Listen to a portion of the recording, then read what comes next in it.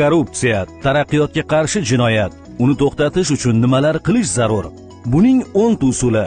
Birinchi, ortiqcha byurokratiya va sansaroliklarni bartaraf etish. Ikkinchi, davlat idoralarining jamoatchilik oldida hisobdorligini oshirish. Uchinchi, jamoatchilik nazoratini kuchaytirish.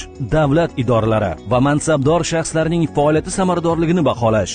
To'rtinchi, davlat xizmatlarida inson omilini kamaytirish. Zamonaviy texnologiyalarni keng joriy etish. Beshinchi, byudjet xarajatlarining ochiqligi va shaffofligini ta'minlash. Oltinchi, davlat xizmatchilarini moliyaviy rag'batlantirish va ijtimoiy qo'llab-quvvatlash. Yettinchi, qonun ustuvorligi va jazo muqarrarligini ta'minlash. Sakkizinchi, manfaatlar to'qnashuvi, tanish-bilishchilik, noqonuniy boylik orttirish holatlarini aniqlash va javobgarlikka tortish. To'qqizinchi, qonunchilikni takomillashtirish va mavjud bo'shliqlarni bartaraf etish. 10. Aholining huquqiy madaniyatini oshirish.